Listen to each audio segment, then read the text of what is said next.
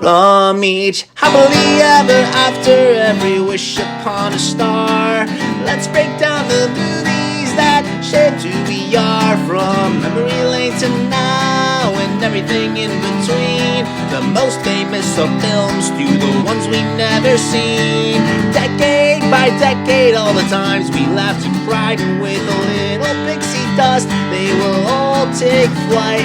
Reliving the feelings, and we're trying our very best. And if they mean the same to you, please be our guest. So hop aboard, we would love to have you as we hang with a certain mouth, the whole gang too.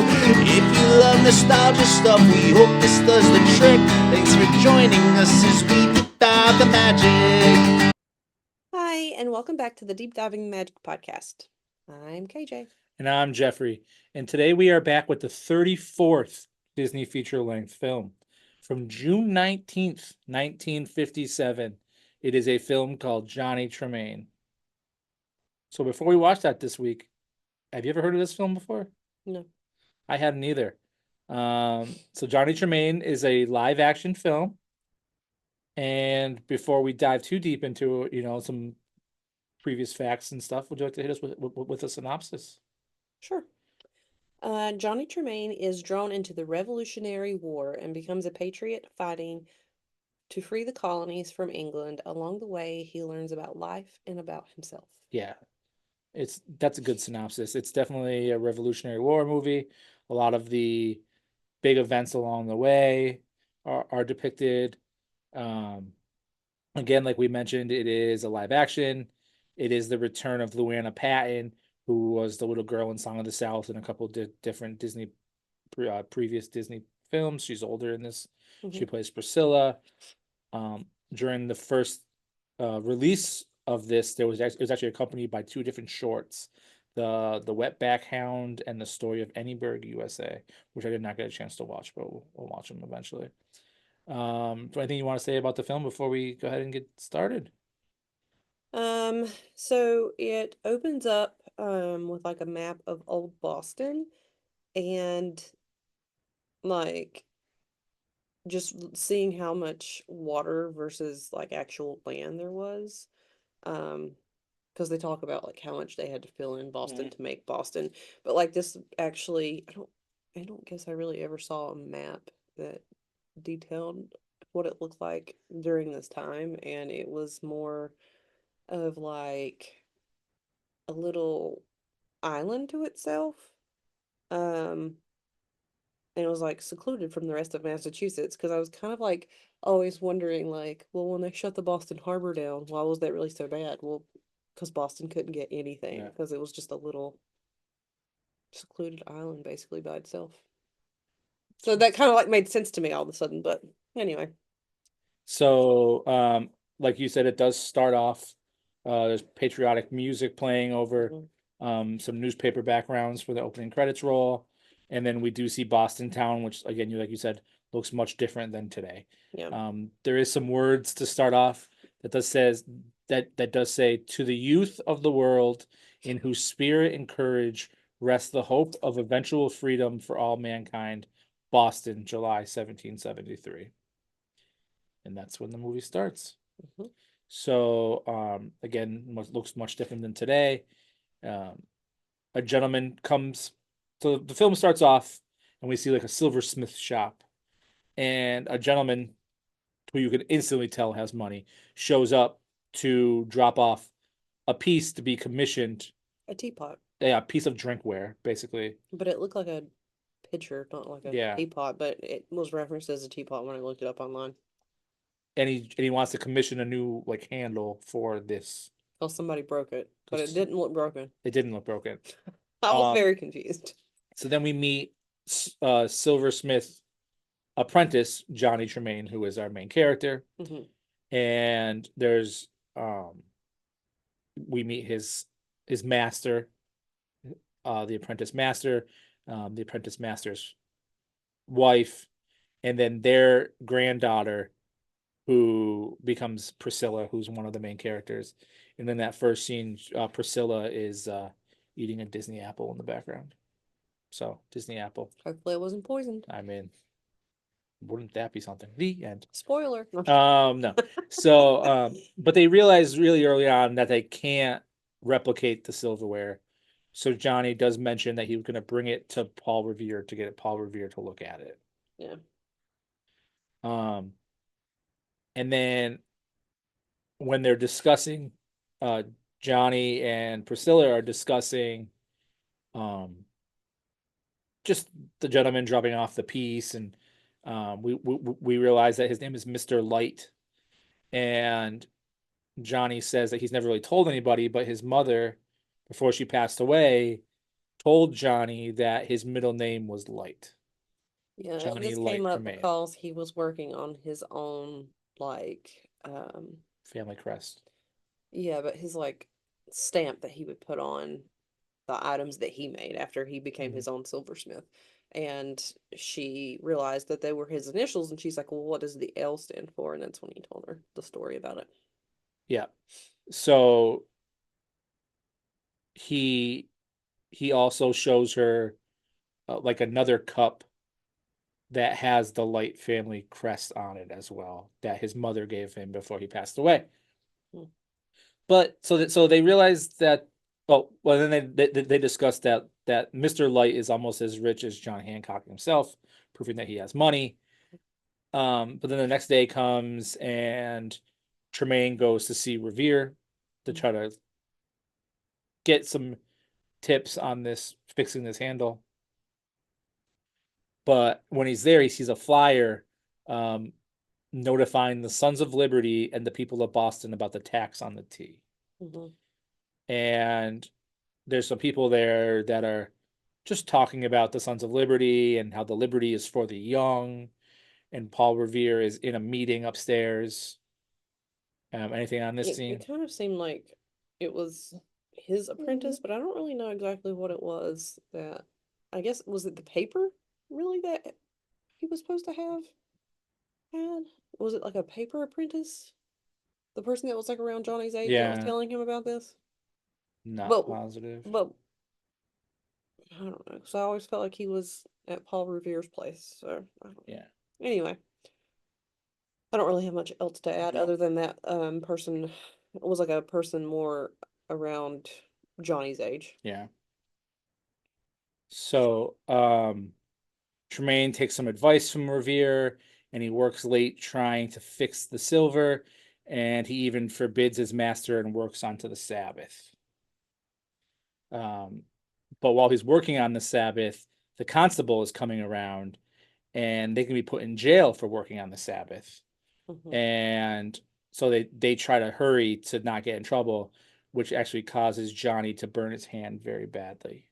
Yeah, which I thought was kind of crappy because it's like, I don't know if it was his daughter.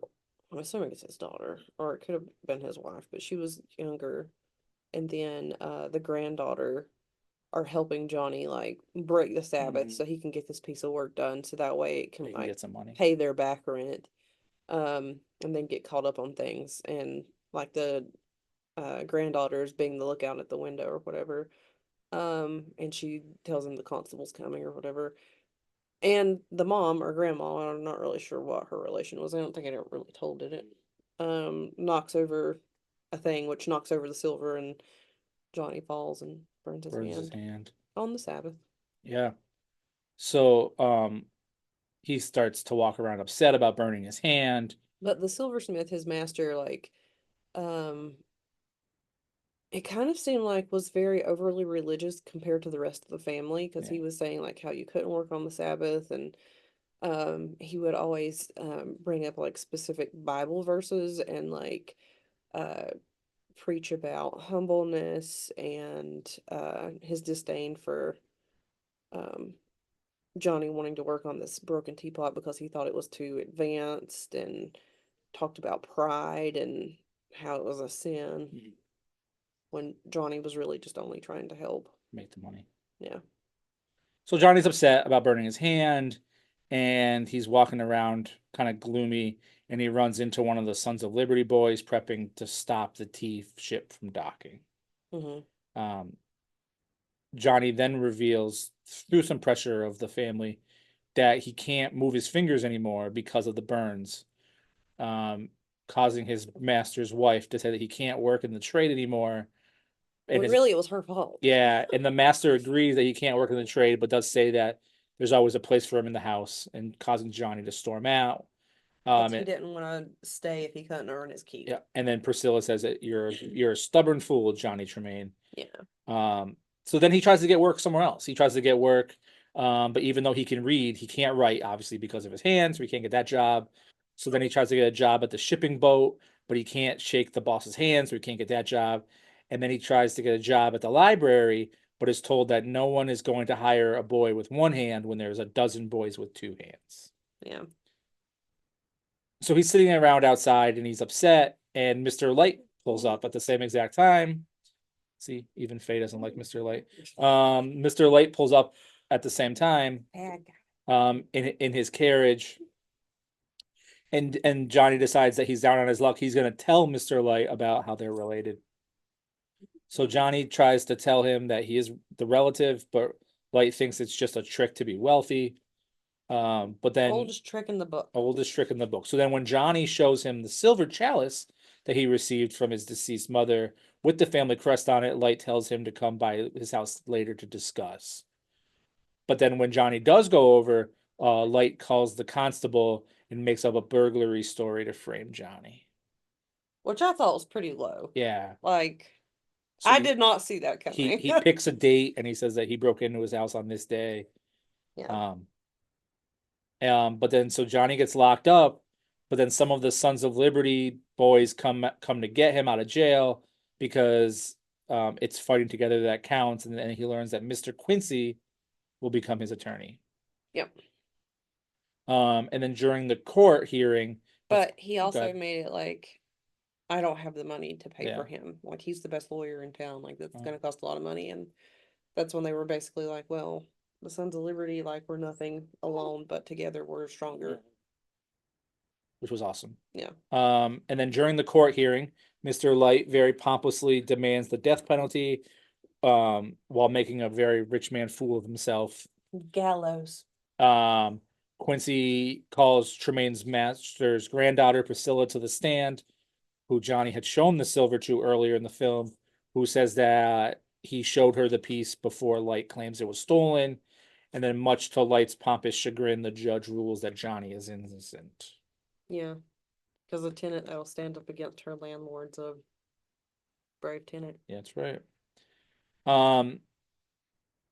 So then Johnny's trying to find a job, and one of Johnny's Sons of Liberty friends tries to see if he can ride a horse with only one hand, which he struggles to in the beginning, kind of like in a little as Ella-esque. But he struggles to, but then he Goblin. Yep, the horse's name is Goblin. But then he's after some struggling, he catches on to riding with just one hand. And then the Sons of Liberty recruit Johnny as a messenger, and they tell him about their secret society and the secret society of the greatest patriots in Boston. That's why a lot of our things in here are Boston today. They show the logo, which is the Liberty Tree on it. The Liberty Tree is located right now in Liberty Square in Disney World. I love Liberty Square. I know you love Liberty Square. There's so many Easter eggs there. I recommend the tour. Liberty Tree Tavern is my favorite restaurant. Like, I just love it. But we'll get back to that in a little bit. So during a secret meeting of patriots, Sam Adams gives Johnny a whistle in case he needs to notify the Liberty about the results of the T-Tax meeting. Mm-hmm. So, but then at the meeting, it cuts to the meeting and they're all kind of arguing. Adams gives Tremain the signal and he blows his whistle, causing the Sons of Liberty dressed in disguises to act. And Johnny joins them in what we now know as the Boston Tea Party. Would you like to talk about the Boston Tea Party? Because I know that's something that interests you. It seemed like it was taking a long time to happen in this movie, but basically they dressed up In disguises, yeah. in disguises. And at one point they talk to each other and one of them's like, we don't really look like real Indians. And the guy's like, well, it's not the point. We just need to look like not ourselves. Yeah. Which I was like, well, that makes sense. Which I thought they all looked like themselves. They didn't do a very good job of disguising themselves. But yeah, so they tossed 18,000 pounds worth of tea in the harbor. We took the tour. Yeah. We took the tour of the Boston Tea Party a handful of years ago. Yeah, so they disguised themselves, threw a bunch of tea in the harbor. Um all why uh was it the constable and Mr. Light They're just were watching. watching? Was it the constable Yeah. or was it somebody else? I don't know. Anyway, and Mr. Light's like, "Aren't you gonna do something? I'll take my orders from the general." Yeah. And I'm like, is he kind of in on this? No, I don't know. I think that they're just waiting for their orders. Um, but yeah, so during that, right before they tossed the tea into the harbor, or while they were tossing it into the harbor, I can't really remember. The doctor, Dr. Joseph Dr. Warren. Warren, basically tells Johnny that he can fix his hand. Yep. He says, whenever you're ready, I can do some surgery on your hand. It might hurt a little bit, but Liberty needs good men, and Johnny is the best there is. Yeah.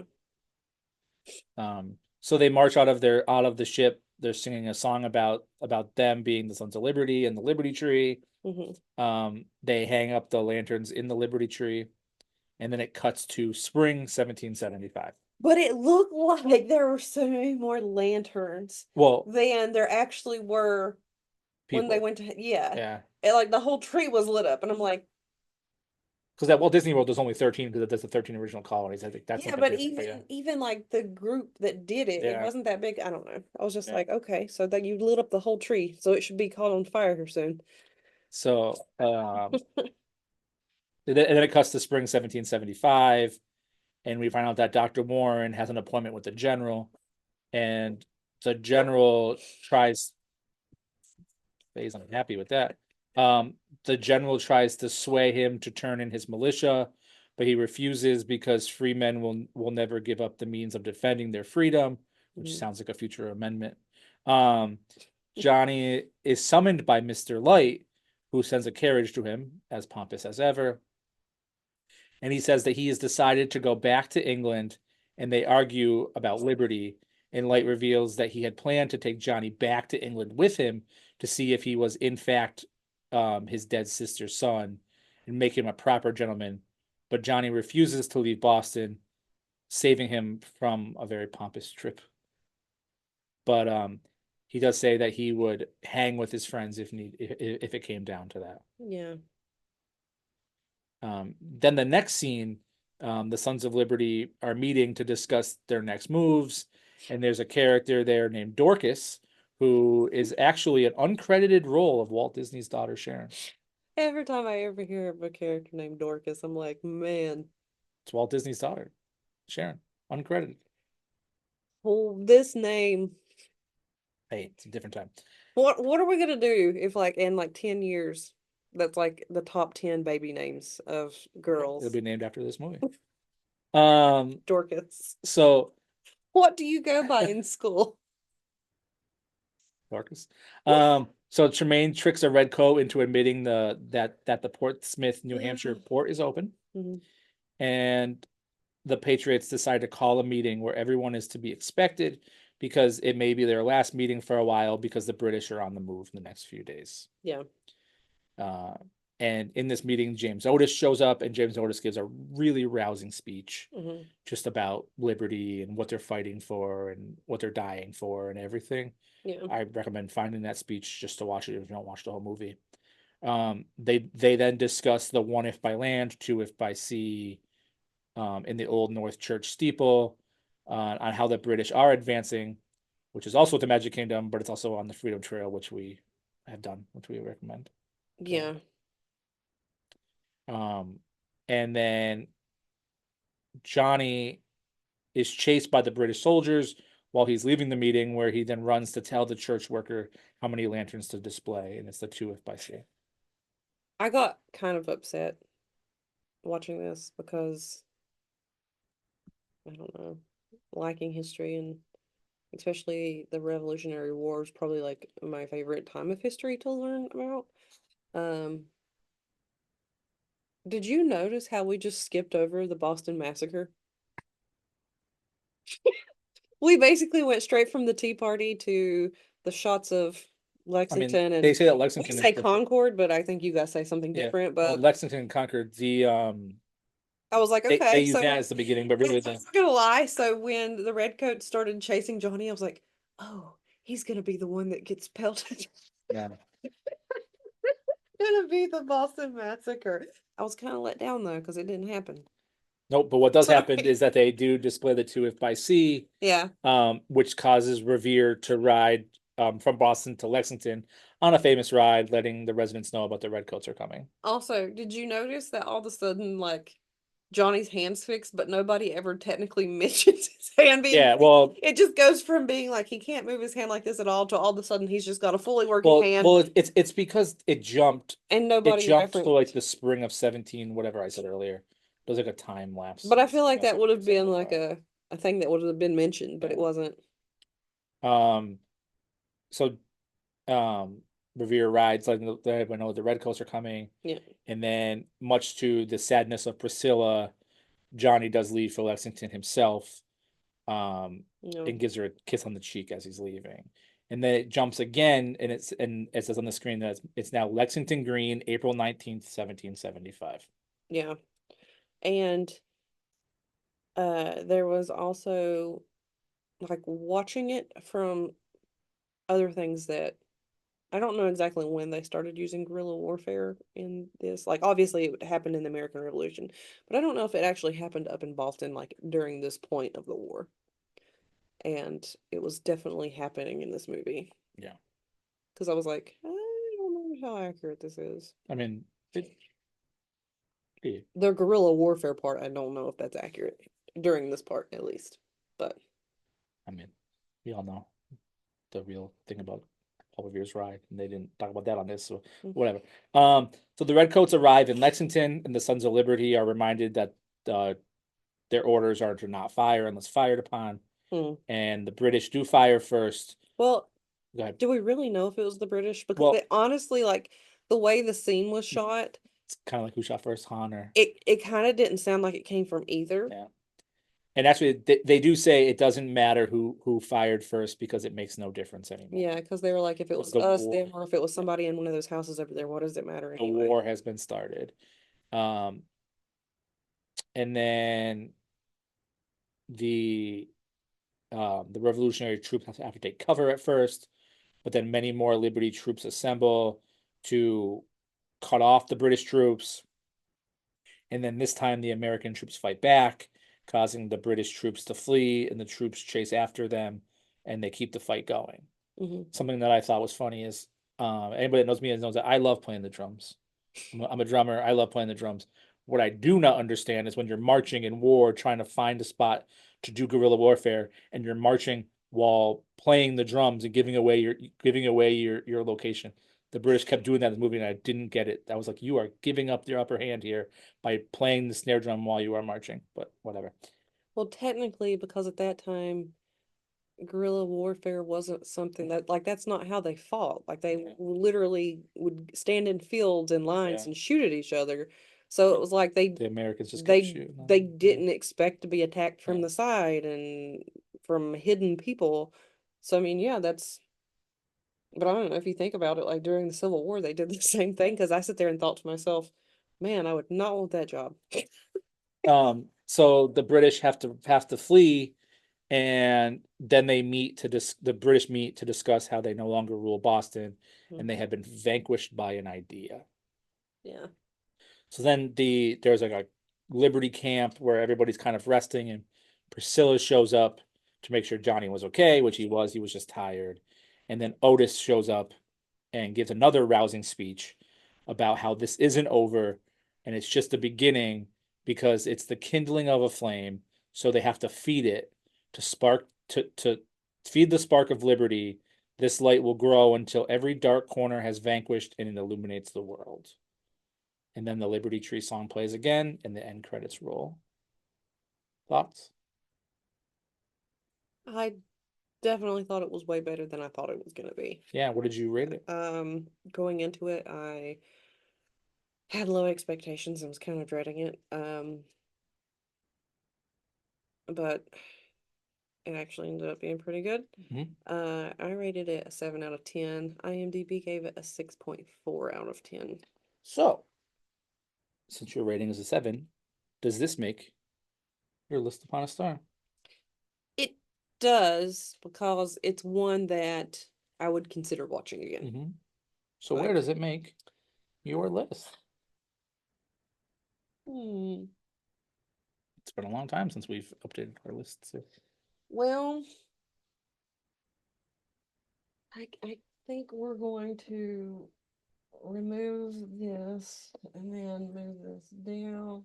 It's not going to go too high, but it definitely makes the list. So there you go. Would you like to read your list upon a star for our listeners? Yeah, so I've got Dumbo, Lady and the Tramp, The Three Caballeros, Peter Pan, Alice in Wonderland, Fantasia, Saludos Amigos, The Adventures of Ichabod and Mr. Toad, Johnny Tremain, and Bambi.